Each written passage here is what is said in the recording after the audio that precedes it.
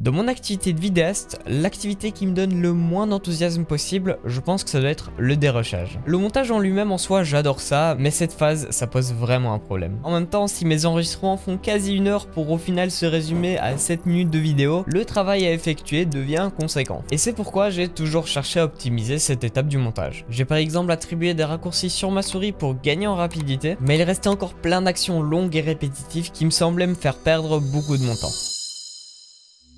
C'est alors que j'ai essayé de me tourner vers des macropads. Je suis tombé du coup sur la marque Loupedeck et là je me suis dit ça peut être la solution à mes besoins. Mais au final ce Loupedeck s'est avéré être bien plus qu'un simple outil pour m'aider à faire mes montages, puisqu'il y a également une fonctionnalité que j'apprécie énormément qui utilise de l'IA. Je vous en dis pas plus, vous comprendrez dans la vidéo. Cela fait donc environ 3 mois que je l'utilise au quotidien et je pense que j'ai à présent un avis assez forgé sur ce Loupedeck Live S. Mais avant tout, je dois remercier encore une fois mon partenaire Maxisport qui m'a envoyé ce Loupedeck pour la réalisation de cette vidéo. Maxisport, vous connaissez très bien, c'est un site français qui est spécialisé dans le matos gaming. Vous allez donc pouvoir retrouver ce Loupedeck Live S en description et il est d'ailleurs actuellement en promo chez eux. N'oubliez pas également que vous avez mon code promo XARITO de 5% qui est valable sur tout le site. Par contre, je tiens quand même à le rappeler que sur les produits qui sont déjà en promo, malheureusement ce code ne pourra pas être appliqué, mais s'il y a quelque chose d'autre qui vous intéresse sur le site, vous pourrez toujours utiliser ce code promo. La première chose qu'on trouve dans la boîte, c'est le Loupedeck en lui-même avec ses 15 boutons tactiles, 2 potards ainsi que 4 boutons physiques, mais on aura également droit à un câble USB-C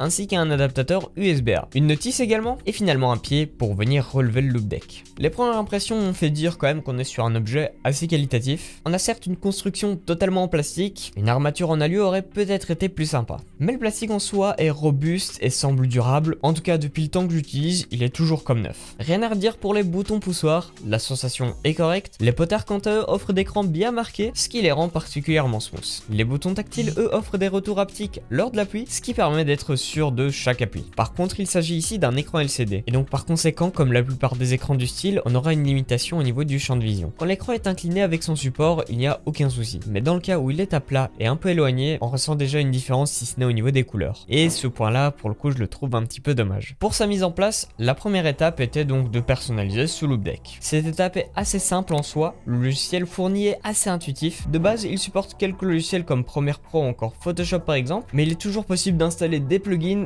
et des profils en plus. Par contre il est quand même important de faire la différence entre plugins et profils. Les plugins vont permettre d'avoir un large choix de commandes qui vont pouvoir communiquer directement avec le logiciel en question, tandis qu'un profil sera plus une série de macros prédéfinis, simulant donc au final des raccourcis clavier. Et donc par conséquent ce sera un peu moins intuitif à configurer soi-même, puisque là il va falloir regarder dans la doc du logiciel en question pour simuler des inputs de clavier pour faire certains raccourcis. C'est le cas pour le coup avec DaVinci Resolve où contrairement à Premiere Pro on n'a pas de plugin directement pour le logiciel. En même temps c'est un peu logique, la marque qui est derrière qui est Blackmagic vend directement des macropads ou des claviers pour directement faire du montage vidéo, donc ça peut paraître logique qu'ils ne laisseront pas la concurrence faire la même chose. Mis à part cela, le logiciel permet également de personnaliser son Loupedeck à travers un large choix d'icônes sur le marketplace, mais il est également possible de les personnaliser directement soi-même. Mais donc dans la mise en place, le truc c'est qu'on a énormément d'actions de dispo, en tout cas c'est le cas pour Photoshop ou encore Premiere Pro qui eux utilisent des plugins. Pour la mise en place donc ce que j'ai fait c'est que j'ai commencé à faire un montage et au fil du temps je regardais tout ce qui pouvait me faire perdre un petit peu de temps, comme par exemple faire un clic droit, ajouter un fondu uniquement au son et ainsi de suite jusqu'à ce que j'ai fait le tour des actions inutiles. Et une fois le tout fait, j'ai clairement ressenti plus de rapidité et plus de fluidité dans les actions en question. Voilà par exemple le cas du fondu pour le son. Alors les deux actions sont dans le fond absolument les mêmes, mais niveau rapidité c'est clairement pas la même chose. Et c'est là que réside justement sa force. Toutes ces actions répétitives qui prennent quelques secondes à faire, littéralement là soit on les élimine, soit on les raccourcit vraiment beaucoup, et cumulé sur des projets qui prennent du temps, ça peut faire une vraie différence. Alors je vous parle depuis tout à l'heure de points qui touchent surtout à la productivité, puisque c'est clairement là-dedans que j'ai ressenti une différence dans mon utilisation, mais le Loupedeck ne se résume pas qu'à cela, puisqu'il fait quand même vachement penser à un Stream Deck, non? Et même dans le nom en fait. Et c'est pas pour rien, puisqu'en soi, dans la forme, c'est littéralement la même chose. Ce qui fait que oui, le Loupedeck peut également être adapté pour le streaming. On a des actions dédiées à OBS, ou même d'autres à faire sur Twitch, comme si ce n'est faire un clip, ce qui en fait pour le coup un outil vraiment polyvalent.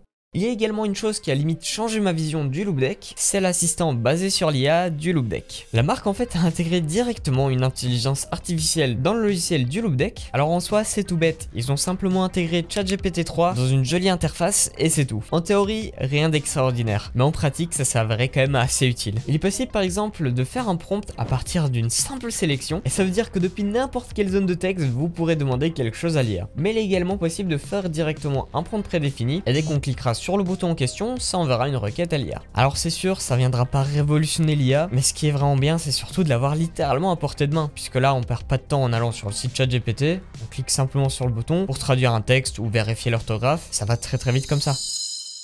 À présent vient la question du prix. Le prix annoncé par la marque est de 200 € à la base, cependant chez Maxisport vous allez plutôt pouvoir le retrouver actuellement à 180 €. Alors dit comme ça, on peut se dire que ça pique quand même, mais pour un produit du style, c'est tout à fait normal. Quand on regarde du côté des Stream Deck chez Elgato, qui sont les produits qui s'en rapprochent le plus, ils sont à des tarifs tout à fait similaires. Mais Loupedeck ne se sont pas arrêtés au Live S. Il existe d'autres variantes du produit comme le Live ou le CT, mais au fond c'est le même fonctionnement derrière. Ce sera simplement le nombre et les types de boutons qui vont différencier ces produits. Ce Live S est même en fait la version la plus budget de la gamme, mais ça en fait clairement pas un mauvais produit pour autant. Et personnellement, depuis que j'ai commencé à l'utiliser dans mes montages, je saurais clairement plus m'en passer. Dites-moi à présent en commentaire si vous seriez tenté de tester un outil pareil ou si vous utilisez d'autres solutions. Je suis très curieux de savoir. Sachez également que le lien qui sera en description, ce sera un lien affilié et donc ça permet toujours de soutenir la chaîne si jamais vous effectuez une commande. En tout cas, on va s'arrêter là. Si jamais la vidéo vous aura plu, bien pensez à mettre un petit pouce vers le haut, également vous abonner à la chaîne si ce n'est pas encore fait. Pensez également à rejoindre mon serveur Discord qui se trouve en description, et également X qui est toujours juste en dessous. Sur ce, eh bien moi je vous dis à une prochaine vidéo. Allez ciao tout le monde, c'était XR.